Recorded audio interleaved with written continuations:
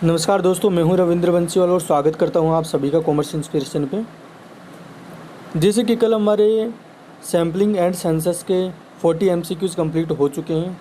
आज हम आगे के एमसीक्यूज़ करने वाले हैं और हमारे कंप्लीट जो एमसीक्यूज़ होने वाले हैं वो 75 के अप्रोक्स होंगे। ठीक है, आइए स्टार्ट करते हैं।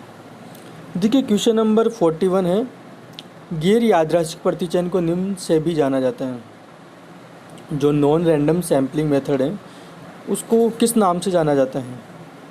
उसको हम गैर प्रायिकता प्रतिचयन के नाम से भी जानते हैं। ठीक है। क्वेश्चन नंबर 42, निर्दिष्ट रुचि की विशेषता रखने वाले सभी संभावित अवलोकनों का एकत्रित करना क्या कहलाता है? देखिए, सभी संभावित अवलोकनों को एकत्रित करना सुविधाजनक प्रतिचयन कहलाता है। ठीक है, सुविधाजनक प्रतिचयन में क्या होता है, हम अपनी सुविधा के अनुसार जो भी डेटा होता है हम उन्हें एकत्रित करते हैं। ठीक है, तो ऑप्शन नंबर 4 हमारा करेक्ट आंसर हो जाएगा। क्वेश्चन नंबर 43 हम लोग देखते हैं, निम्न में से कौन सी गैर यादृच्छिक प्रतिचयन तकनीकी नहीं है? देखिए, जो ऐसे 4 ऑप्शन हमारे पास दिए हुए हैं, इनके अंदर पूछा गया है कि कौन सी नॉन रैंडम सैम्पलिंग मेथड नहीं है। ठीक है, देखिए, उद्देश्य प्रतिचयन जो मेथड है वो गैर यादृच्छिक प्रतिचयन तकनीकी है। ठीक है, कोटा सैम्पलिंग भी है और सुविधा अनुसार प्रतिचयन भी है। जो क्लस्टर समूह प्रतिचयन जो विधि है वो गैर यादृच्छिक प्रतिचयन तकनीकी नहीं है। ठीक है, ये क्या आएगा, ये यादृच्छिक प्रतिचयन तकनीकी है। क्वेश्चन नंबर 44 हम लोग देखते हैं, यदि जनसंख्या के प्रत्येक सदस्य के चुनाव होने का अवसर समान हो तो यह कहलाएगा? देखिए, समान अवसर जहाँ पर होता है वहाँ पर रैंडम सैम्पलिंग विधि का उपयोग में लिया जाता है। रैंडम को हम प्रायिकता विधि भी बोलते हैं। तो ये ऑप्शन नंबर 4 हमारा करेक्ट आंसर हो जाएगा। ठीक है, क्वेश्चन नंबर 45 हम लोग देखते हैं, प्रतिचयन का उद्देश्य है। देखिए, प्रतिचयन का उद्देश्य क्या होता है? परिकल्पना की जांच करना। जी बिल्कुल, परिकल्पना की जांच करना उद्देश्य होता है। जनसंख्या प्राचल का आकलन करना। जी बिल्कुल, ये भी होता है। Option number 3, first and second दोनों। जी हाँ, बिल्कुल दोनों ही होता है। तो जो ऑप्शन नंबर 3 है वो हमारा करेक्ट आंसर हो जाएगा।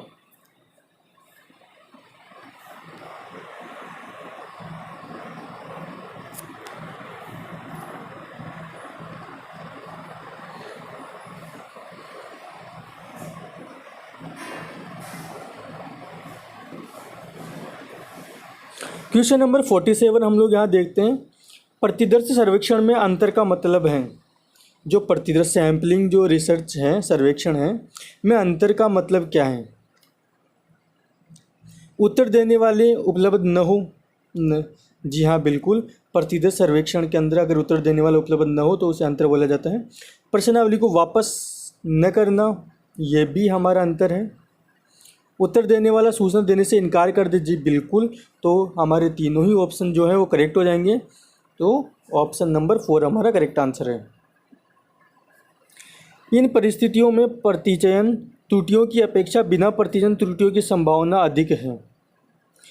देखिए, इन परिस्थितियों में प्रतिचयन त्रुटियों की अपेक्षा बिना प्रतिचयन त्रुटियों की संभावना अधिक है। यह संपूर्ण गणना के अंतर्गत पाया जाता है। समग्र जब हम इन्वेस्टिगेशन करते हैं पूरे पॉपुलेशन की तो उसके अंदर पाया जाता है। ठीक है, ऑप्शन नंबर 49 हमारा है, स्तरित प्रतिचयन के किस आवंटन में आकलक का प्रसरण न्यूनतम होगा? ये अब बिल्कुल अनुकूलतम आवंटन होगा इसके अंदर। ठीक है, ऑप्शन नंबर 3 हमारा करेक्ट आंसर है इसके अंदर। क्वेश्चन नंबर 50 हम लोग देखते हैं, जनगणना अन्वेषण का प्रतिदर्श अन्वेषण से अधिक पसंद नहीं किया जाता है, क्योंकि? देखिए, जनगणना अन्वेषण का प्रतिदर्श अन्वेषण से अधिक पसंद नहीं किया जाता है।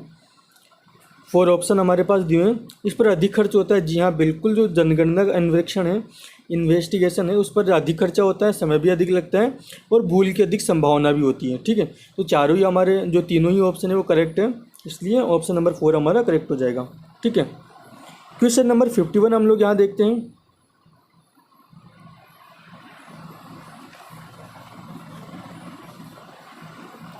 यादृच्छिक प्रतिचयन को निम्न में से किस नाम से जाना जाता है? यादृच्छिक प्रतिचयन को हम लोग गैर प्रायिकता प्रतिचयन भी बोलते हैं, ठीक है, गैर प्रायिकता प्रतिचयन, नॉन रैंडम सैंपलिंग।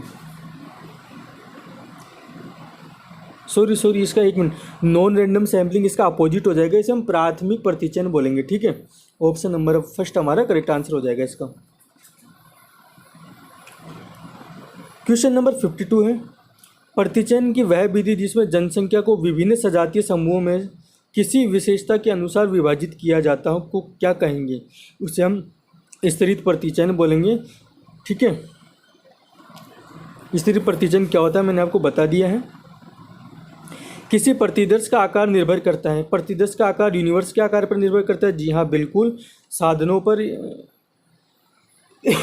पर निर्भर करता है। जी हाँ, सटीकता के अंश पर भी निर्भर करता है। तो ऑप्शन नंबर 4 हमारा करेक्ट आंसर हो जाएगा। कोटा प्रतिचयन एक प्रकार का जो है वो गैर यादृच्छिक प्रतिचयन है, नॉन रैंडम सैम्पलिंग मेथड है, ठीक है। ऑप्शन नंबर सेकंड हमारा करेक्ट आंसर हो जाएगा।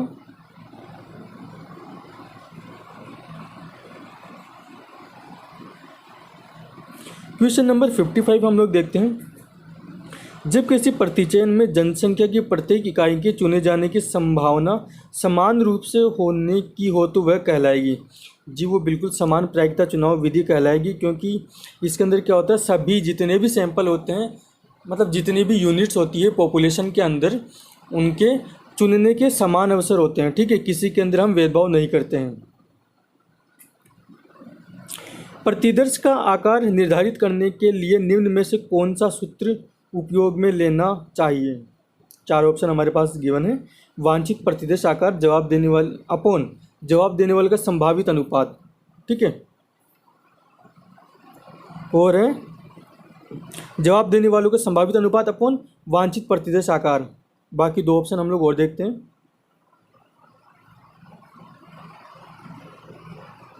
जवाब देने वालों का संभावित अनुपात अपॉन जनसंख्या का आकार।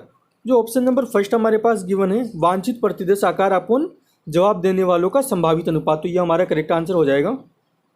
ऑप्शन नंबर फर्स्ट इज हमारा करेक्ट आंसर है, ठीक है।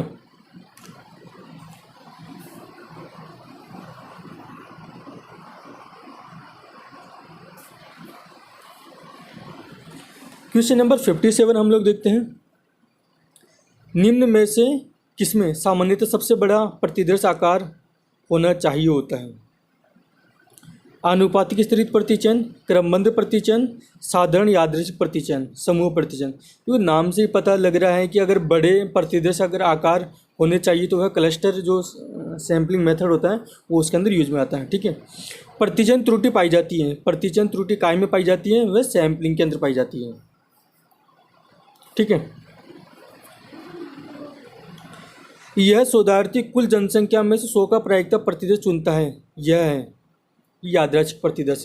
ये क्वेश्चन शायद पहले आ चुका है हमारे।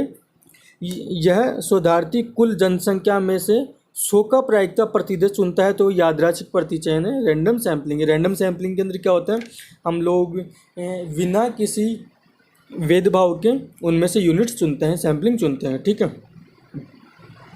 क्वेश्चन नंबर 60, निर्णय प्रतिचयन एक प्रकार का है। देखिए निर्णय प्रतिचयन क्या है?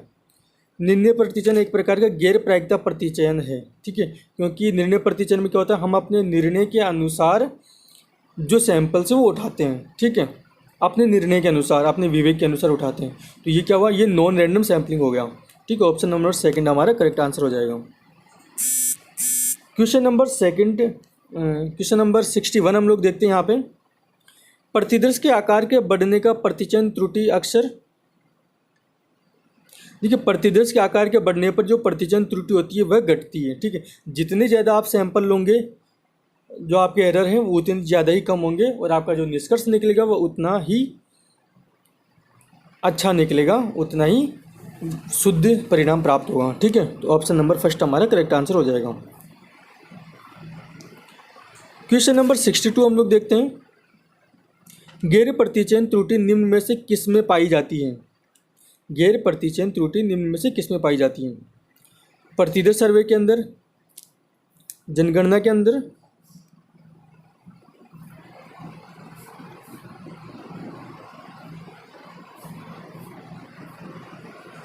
62।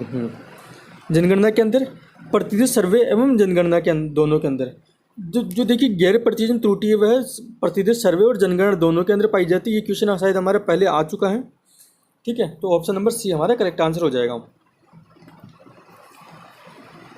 क्वेश्चन नंबर 63 हम लोग यहाँ देखते हैं।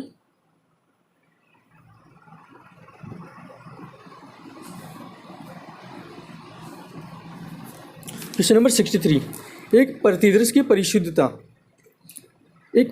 परिशुद्धता प्रतिदर्श के आकार के वर्गमूल के बढ़त के बराबर बढ़ती है, ठीक है। तो ऑप्शन नंबर फर्स्ट हमारा करेक्ट हो जाएगा। ये मैंने आपको बता दिया था इसके बारे में, ठीक है।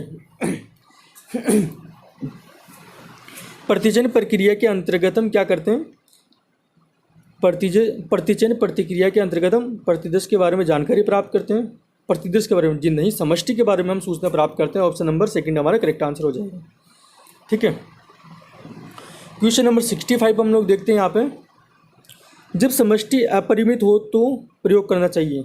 देखिए जब समष्टि अपरिमित हो तो हमें केवल प्रतिचयन रीति का प्रयोग करना चाहिए, ओनली रैंडम सैम्पलिंग। देखिए अगर समष्टि अगर अपरिमित है मतलब जिनकी कैलकुलेशन अनगिनत हैं तो वहाँ पर केवल सैम्पलिंग के आधार पर ही हमें कैलकुलेशन करनी चाहिए। इससे क्या होता है, हमारे समय और खर्चा बचता है, ठीक है।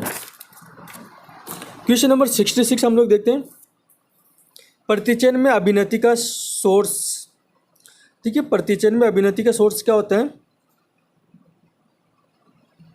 प्रतिदर्श का दोषपूर्ण चयन, जी हाँ बिल्कुल होता है। दोषपूर्ण सूचना संकलन ये भी होता है, और दोषपूर्ण विश्लेषण एवं निर्वचन ये भी होता है। तो सारे तीनों ऑप्शन ही हमारे करेक्ट हैं, तो ये सभी ऑप्शन हमारे करेक्ट हो जाएंगे। ऑप्शन नंबर 4 हमारा करेक्ट आंसर है, ठीक है। क्वेश्चन नंबर 67 हम लोग ये देखते हैं।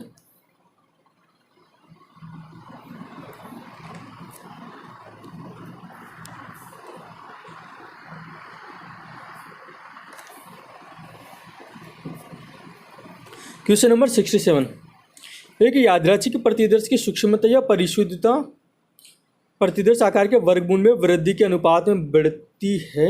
ये मैं आपको लगभग 4-5 बार बता चुका हूँ, तो इसको आप याद रखिएगा, ठीक है। ऑप्शन नंबर सेकंड हमारा करेक्ट आंसर हो जाएगा इसके अंदर। एक बड़े विजातीय विलक्षणों वाली समष्टि के अध्ययन के लिए उपयुक्त प्रतिचयन विधि निम्नांकित है। इसके लिए स्तरित या मिश्रित प्रतिचयन रीति उपयुक्त रहती है। स्तरित या मिश्रित प्रतिचयन रैंडम सैम्पलिंग मेथड है, ठीक है। रैंडम सैम्पलिंग मेथड के अंतर्गत आती है। 69 क्वेश्चन नंबर, प्रतिदर्श का अनुकूलतम आकार निर्भर करता है। प्रतिदर्श का अनुकूलतम आकार विश्वसनीयता पर निर्भर करता है, ठीक है। परिशुद्धता पर भी निर्भर करता है और निष्पक्षता पर भी निर्भर करता है, ठीक है। तो इन सभी गुणों पर निर्भर करता है। तो ऑप्शन नंबर 4 हमारा करेक्ट आंसर हो जाएगा। क्वेश्चन नंबर 70 हम लोग देखते हैं।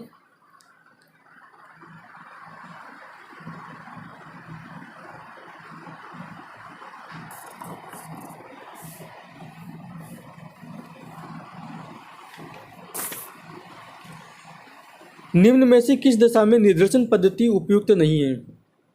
ये निर्देशन पद्धति कहाँ उपयुक्त नहीं है, ये क्वेश्चन पहले आ चुका है। प्रेशर कुकर के किस्म के अंदर निर्देशन पद्धति उपयुक्त नहीं होती है, ठीक है। अगर हम किस्म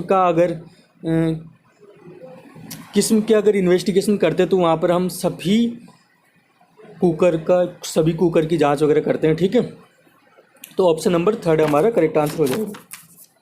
क्वेश्चन नंबर 71, प्रतिचयन त्रुटि केवल निम्न में पाई जाती है। देखिए प्रतिचयन त्रुटि केवल प्रतिदर्श सर्वे के अंदर पाई जाती है, ठीक है।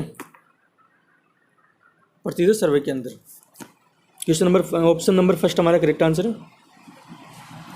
जब किसी प्रतिचयन में जनसंख्या की प्रत्येक इकाई के चुने जाने की संभावना समान रूप से होने की है तो वह कहलाएगी, वह यादृच्छिक प्रतिचयन मतलब प्रायिकता चुनाव विधि कहलाएगी, ठीक है। ऑप्शन नंबर सेकंड हमारा करेक्ट आंसर हो जाएगा। क्वेश्चन नंबर 73 हम लोग देखते हैं।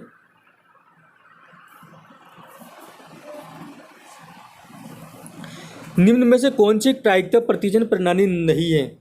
देखिए जो सरल यादृच्छिक प्रतिचयन है वो प्रायिकता प्रतिचयन प्रणाली है, विधि है। स्तरित प्रतिचयन यह भी है बिल्कुल। सउद्देश्य प्रतिचयन जो है वह नॉन रैंडम सैम्पलिंग प्रणाली है। तो अब ऑप्शन नंबर 3 हमारा करेक्ट आंसर हो जाएगा इसका, ठीक है। क्वेश्चन नंबर 74, एक सांख्यिकी आदर्श संपूर्ण समूह अथवा योग का एक अति लघुकृत आकार का चित्र है जिसमें से एक आदर्श लिया गया है। यह कथन किसके द्वारा कहा गया है? इसको आप याद रखना, ये गोडे एवं हार्ट ने कहा था। ठीक है। निम्नलिखित में से कौन सी निर्देशन विधि नहीं है? निर्देशन विधि नहीं है। देव न्यादर्श विधि, जी हाँ बिल्कुल ये निर्देशन विधि है। सविचार विधि ये भी है। प्रायिकता विधि निर्देशन विधि नहीं है। ठीक है। मिश्रित रीति भी है। तो ऑप्शन नंबर 3 हमारा करेक्ट आंसर हो जाएगा। देखिए हमारे 75 क्वेश्चन कंप्लीट हो चुके हैं और कल हम नया चैप्टर स्टार्ट करने वाले हैं, तो आप चैनल को सब्सक्राइब ज़रूर करना।